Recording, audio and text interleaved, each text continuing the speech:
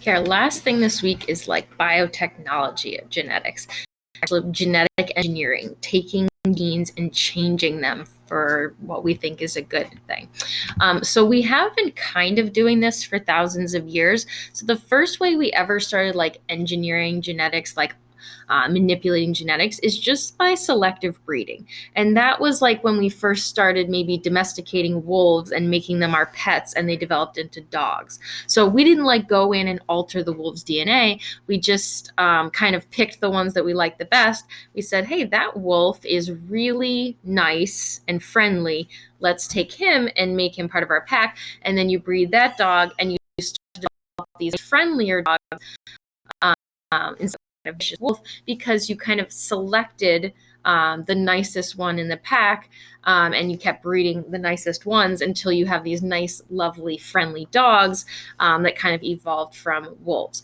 Same thing, like we always had golden retrievers. So saying, you know what? That's really light and fluffy. Let's take all the light and fluffy wolves, and we don't even do this on purpose necessarily. We just we liked the light and fluffy ones and the friendly ones, and we kept choosing them and bringing them to live with us, and they would breed and they would make more light, fluffy, nice dogs. And kind of on purpose or by accident, we ended up kind of selectively breeding, choosing the best wolves and developing these dogs. You can also do it on purpose, like I did breed my golden retriever.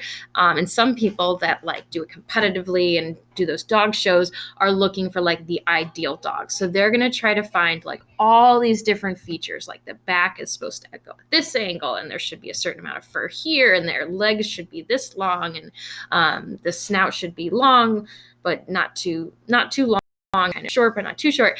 So they're picking the dogs with the best qualities, and they're selecting them to breed.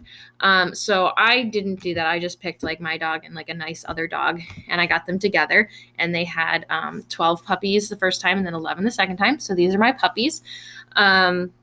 So that was a lot of fun. But again, they're golden retrievers. They're golden and fluffy and friendly because of the traits that we selected as humans. So you can look at this picture, and this is kind of like where the different dogs came from, but maybe like a little Yorkie, maybe people kept saying, oh, I like the small dog. And then they got the small dogs together and they had small babies, and they picked the smallest of those babies. And then they got together and had more babies, and they picked the smallest of that. And they kind of just kept getting smaller and smaller and smaller from that original wolf, just by selecting the qualities that we like. So that is selective breeding. It can be done on purpose or by accident.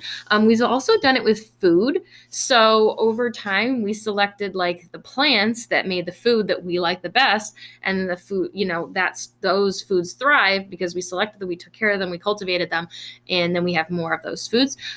So broccoli, cauliflower, cabbage, Brussels sprouts, and I don't know what that is, kohlrabi, all come from the same original wild mustard plant. And we would just choose like, oh, this one has this nice big white kind of edible part on it. Let's keep growing that one. So that might have been like a mutation, like our broccoli was like this plant that had this big green, like stocky part that you could eat, and it was actually really healthy. And so we were like, ooh, I like that plant. And we took it and we grew more of it and more of it and more of it. So in that way, we're like selecting for the food that we like, and we help it to grow more. So that is selective breeding, just choosing the things in plants or animals that you like the best and kind of helping them to develop more so that they are like the new norm, and the things that we don't really care for like can tend to die off or just go in a different direction. Next week, we'll talk about actual bioengineering, where we go in and we use science to actually change DNA.